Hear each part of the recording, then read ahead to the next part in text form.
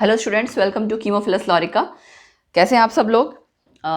Hopefully आप लोग बढ़िया होंगे एंड एग्ज़ाम्स की तैयारी कर रहे होंगे, क्योंकि जैसा कि ये टाइम चला है अब मई में प्लस वन प्लस टू वाले बच्चों के, प्लस टू कहना चाहिए, उनके पेपर हैं बोर्ड वालों के, यानी कि एंड ग्रेजुएशन के भी जो स्टूडेंट्स हैं उनके एग्ज़ाम्स भी शुरू होने ही वाले हैं। 1 मार्च आई गई अब, क्या है ना।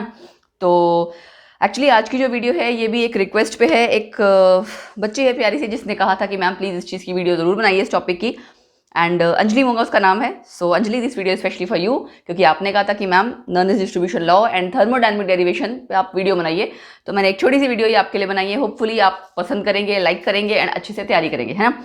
और एक आपकी रिक्वेस्ट आई है फिनोल्स की, और है ना, I try to cover up that also, क्योंकि इधर रिसेंटली रिक्वेस्ट बहुत सारी आई हुई हैं। तो as you all know, college के साथ उतना टाइम नहीं मिल पाता है, तो मैं पूरी कोशिश कर रही हूँ कि जितनी भी डिमांड्स हैं, आप लोगों की रिक्वेस्ट हैं इस पे उस पे, जितने भी वीडियोस, वो सब मैं एक एक करके कवर अप करूँ, ठीक है। तो बिना किसी देरी के शुरू करते हैं। नर्नेस डिस्ट्रीब्यूशन लॉ, नाम से पता लग रहा है तो साइंटिस्ट का नाम है। डिस्ट्रीब्यूशन लॉ मतलब something is going to be distributed, right. वो क्या है? देखिए, ये आपका स्टडी करता है एक सॉल्यूट का डिस्ट्रीब्यूशन, किसी एक सॉल्यूट का distribution between two immiscible solvents जो आपस में घुलते नहीं हैं। ये मेन क्राइटेरिया है, इमिसिबल सॉल्वेंट होना चाहिए जो आपस में घुले ना। सॉल्यूट का उन दोनों में डिस्ट्रीब्यूशन स्टडी करता है नर्नेस डिस्ट्रीब्यूशन लॉ, और वो दोनों सॉल्वेंट्स आपस में कांटेक्ट में होने चाहिए, ठीक है। तो पहले हम इसकी स्टेटमेंट पढ़ लेते हैं, then I will explain you कि है क्या चीज़ ये। एक सॉल्यूट अपने आप को डिस्ट्रीब्यूट करता है दोनों जो इमिसिबल सॉल्वेंट्स हैं उसमें, इस तरह से करता है कि एट इक्विलिब्रियम जो रेशियो है कंसंट्रेशन किसकी, कंसंट्रेशन ऑफ सॉल्यूट इन कहना चाहिए इन द टू लेयर्स, वो कांस्टेंट रहती है। मतलब उस सॉल्यूट की कंसंट्रेशन दोनों अलग अलग सॉल्वेंट्स में, जब आप उसकी रेशियो लोगे, उस कंसंट्रेशन की रेशियो कांस्टेंट रहती है, ठीक है।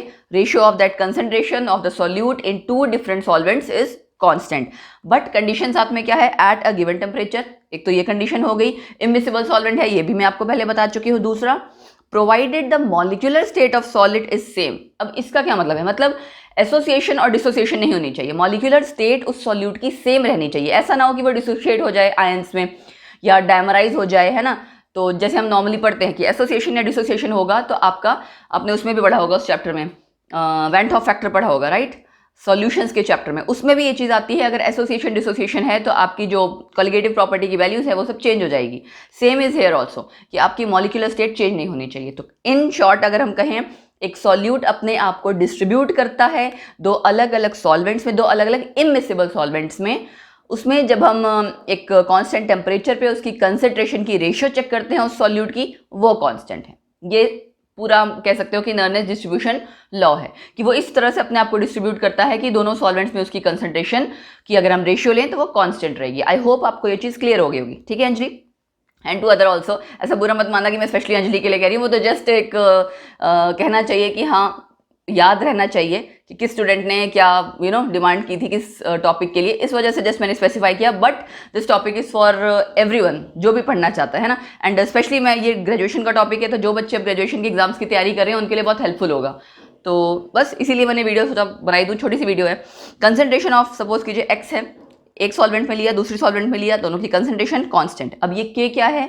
पार्टीशन कोफिशिएंट, ठीक है, या डिस्ट्रीब्यूशन कोफिशिएंट, ठीक है। कांस्टेंट वैल्यू है ये, डिस्ट्रीब्यूशन हम कर रहे हैं इस वजह से डिस्ट्रीब्यूशन कोफिशिएंट या पार्टीशन कोफिशिएंट। इस पे बेस्ड आपका एक्सपेरिमेंट भी होता है, ठीक है। तो ग्रेजुएशन वाले जो बच्चे हैं वो आप एक्सपेरिमेंट भी करेंगे लैब में, डेफिनेटली करेंगे।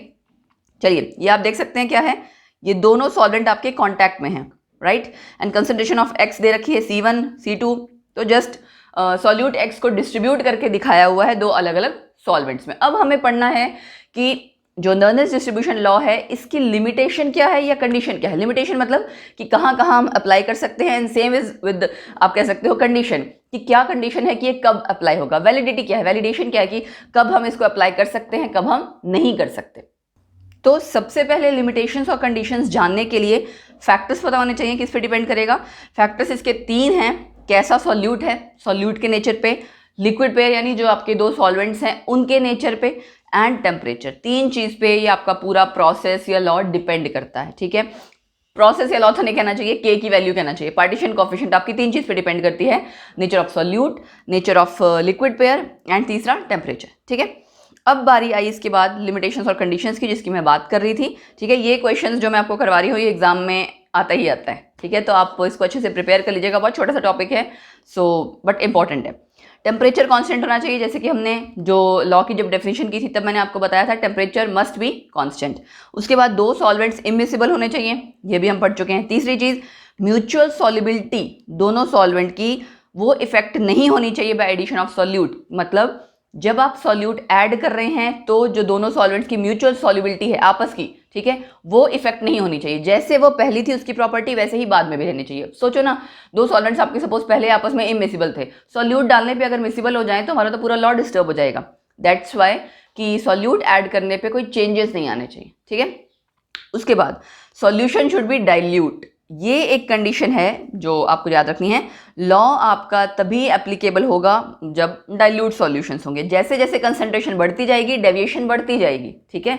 तो ये भी एक मेन क्राइटेरिया है। उसके बाद लास्ट जो हम पढ़ चुके हैं मॉलिक्यूलर स्टेट वाला, 5 ये कंडीशंस है। मॉलिक्यूलर स्टेट आपकी चेंज नहीं होनी चाहिए, मतलब डिसोसिएशन एसोसिएशन नहीं होनी चाहिए। यहाँ दे रखा है ना, लॉ नॉट वैलिड व्हेन ये चीज़ होगी, एसोसिएशन डिसोसिएशन हो जाएगी तो लॉ आपका वैलिड नहीं होगा। ये तो हो गया जी मेन लॉ। उसके बाद आपने दूसरा जो टॉपिक कहा था अंजलि, वो आपने कहा था थर्मोडायनेमिक डेरिवेशन, है ना, इसी लॉ का। तो थर्मोडायनेमिक डेरिवेशन आपका बड़ा सिंपल सा है, बहुत छोटा सा है।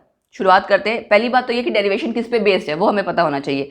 इसका बेसिस क्या है, केमिकल पोटेंशियल को लेते हुए हमने इसका बेसिस जो है वो डिसाइड किया हुआ है। अब केमिकल पोटेंशियल क्या है, केमिकल पोटेंशियल आप एक तरह से ये कह सकते हो कंट्रीब्यूशन पर mole to the total free energy. किसी सिस्टम की जो टोटल फ्री एनर्जी है उसमें अलग अलग जो कॉन्स्टिट्यूएंट्स हैं, कंपोनेंट्स हैं, उनकी इंडिविजुअल कंट्रीब्यूशन कितनी है पर mole, that is actually chemical potential. कि वो केमिकली उसका कितना पोटेंशियल है, कि वो कितना रिएक्ट करेगा, क्या कंट्रीब्यूट करेगा पूरे सिस्टम को, दैट इज केमिकल पोटेंशियल। जब आप देखो एक चीज़ होती है, आप ना टर्म को रट्टा मारते हो, मैं बोलती हूँ मतलब ठीक है आप टर्म को समझने की कोशिश करो, रिलेट करो। केमिकल पोटेंशियल, उसका पोटेंशियल कितना है ना, कि वो कितना रिएक्शन में इन्वॉल्व होगा, कितना फर्दर रिएक्ट करेगा, दैट वे। तो वो है आपका कहना चाहिए केमिकल पोटेंशियल। और उसके लिए वही है constant temperature, pressure and composition, 3 cheese constant होनी चाहिए। ये तो मैंने इन जनरल बता दिया कि केमिकल पोटेंशियल है क्या चीज़। अब हम पढ़ते हैं यहाँ पे आपको इसकी डेफिनेशन करने की जरूरत नहीं है। केमिकल पोटेंशियल वाला जो एक्चुअली टॉपिक है वो इक्विलिब्रियम में है, केमिकल इक्विलिब्रियम में है ग्रेजुएशन में ही। तो जिन बच्चों ने ये चैप्टर पढ़ रहे हैं, जो ग्रेजुएशन की तैयारी कर रहे हैं, उन्हें ऑलरेडी पता होगा। सो एक फेज इक्विलिब्रियम में, जब हम इक्विलिब्रियम की बात करें, फेज इक्विलिब्रियम मतलब 2 डिफरेंट फेजेस है ना, इसलिए in a phase equilibrium between 2 immiscible liquids, जो दोनों इमिसिबल सॉल्वेंट्स हैं जिनमें की सॉल्यूट डिसॉल्व हो रखा है, क्या होगा इक्विलिब्रियम पे, chemical potential of the solute must be same in both the faces.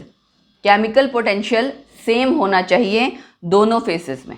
तो ये मेन क्राइटेरिया है, यानी कि आपको इसका यूज करते हुए पूरी जो फाइनल रिलेशन है वो डिराइव करना है। फाइनल रिलेशन क्या था, रेशियो ऑफ कॉन्सेंट्रेशन सॉल्यूट की in both the solvents is equal to constant, that is जो हम कहते हैं पार्टीशन कोएफिशिएंट के, राइट।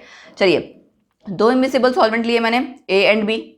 सॉल्यूट आपका जो दोनों सॉल्वेंट्स में प्रेजेंट होगा ए और बी में, वो ए और बी आपके कांटेक्ट में होंगे। फिर हम क्या करेंगे, दोनों का केमिकल पोटेंशियल ले लेंगे, म्यू ए म्यू बी। इसको म्यू से हम डिनोट करते हैं, म्यू। एक्चुअली ये जो म्यू वाली सिंबल है ना, काफ़ी जगह यूज़ होता है, मैग्नेटिक मूवमेंट में भी है, कई जगह है, तो बहुत बार बच्चे कंफ्यूज करते हैं। बट हाँ, ये एक ऐसा सिंबल है जो कई जगह यूज़ होता है।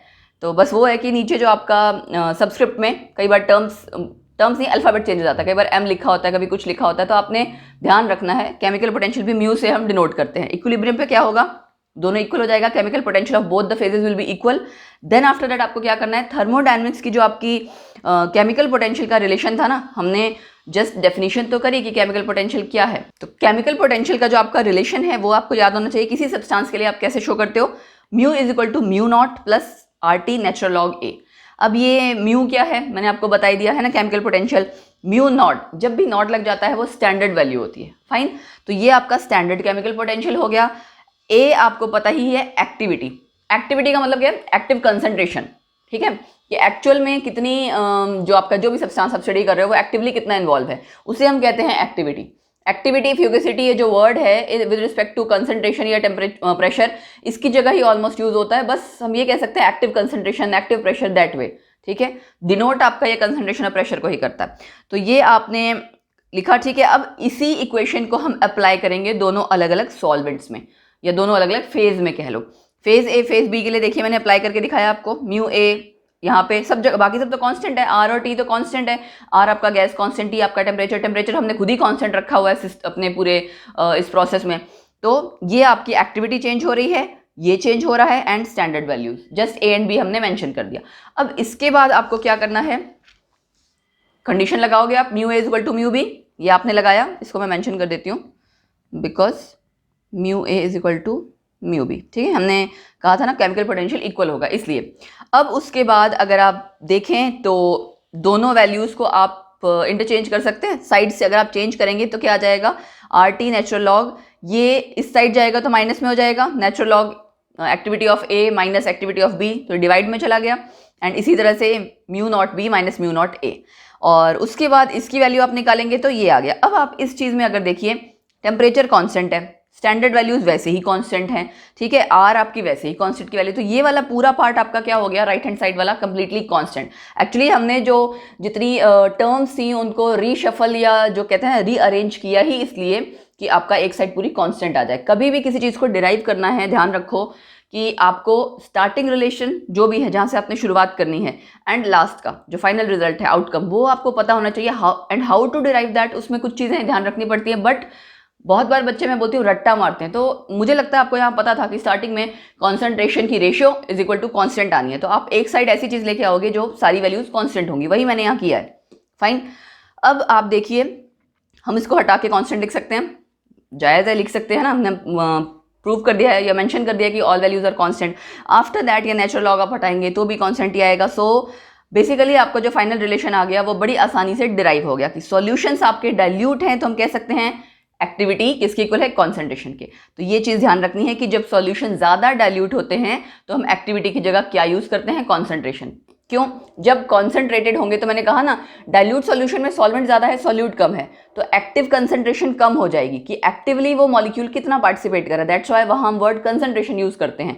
बट जब आपका सॉल्यूशन कंसंट्रेटेड है, डाइल्यूट नहीं है, वहाँ एक्टिविटी वर्ड ज़्यादा यूज़ होता है, ठीक है, जैसे मैंने अभी बताया कि एक्टिव कंसंट्रेशन, एक्टिव प्रेशर, तो दैट्स वाई आपका यहाँ पे आपने कंसंट्रेशन टर्म यूज़ कर दी इक्वल टू कॉन्स्टेंट के, तो नर्नेस डिस्ट्रीब्यूशन लॉ आपका बहुत इजीली डिराइव हो गया, ठीक है।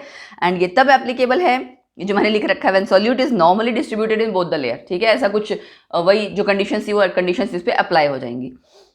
तो ये बड़ा छोटा सा टॉपिक था जो अंजलि ने कहा था कि मैम पढ़ा दीजिए, एंड अंजलि के साथ साथ हो सकता है बहुत और बच्चों ने भी चाहा हो, कहा हो, बट कह ना पाए हो, बट एनीवेज, तो छोटा सा टॉपिक बहुत सिंपली इजिली कवर अप हो गया है। आप लोग इसको अच्छे से पढ़िएगा, नीचे कॉमेंट सेक्शन में मुझे बताइएगा कि मैम कैसा लगा, और इसी तरह की और वीडियोस जो डिमांड्स आपकी रिक्वेस्ट जो भी हैं उनको प्लीज़ कमेंट सेक्शन में बता सकते हैं आप, या जो मेरे सोशल हैंडल्स हैं उनको फॉलो कीजिए, एफबी पेज है ना, इंस्टा के हैंडल्स हैं, आप कहीं भी बताना चाहें तो बता सकते हैं, so that I can work upon that and make more videos for you guys. So वो मुझे और ज़्यादा कहना चाहिए कि यू नो सेटिस्फैक्शन देता है, खुशी देता है कि चलो बच्चे पढ़ रहे हैं and they are demanding videos कि मैम आप और बनाइए, तो मतलब एटलीस्ट पढ़ना चाहता है बच्चा, वो सोच के बहुत अच्छा लगता है, because you are the future of nation कहना चाहिए। तो आप अच्छे से मेहनत करो, चला गया कोरोना, बहुत हुआ, and back to the you कहना चाहिए जर्नी ऑफ योर लाइफ, है ना, जर्नी जो आपकी करियर में आपको आगे बढ़ना है, जो जिस भी चीज़ की तैयारी कर रहा है, ठीक है। सो ओके देन गाइज, फिर मिलते हैं अगली वीडियो में, इसी तरह की और भी वीडियोस में लेके आने वाली हूँ जो आपकी डिमांड पे हैं, स्पेशली आपकी डिमांड पे, एंड +1 +2 की वीडियोस भी साइड बाय साइड चलती रहेंगी। So that was all for this video, and okay then, bye bye, take care, keep on rolling the mystery of chemistry with myself, Lorika. So bye bye, take care.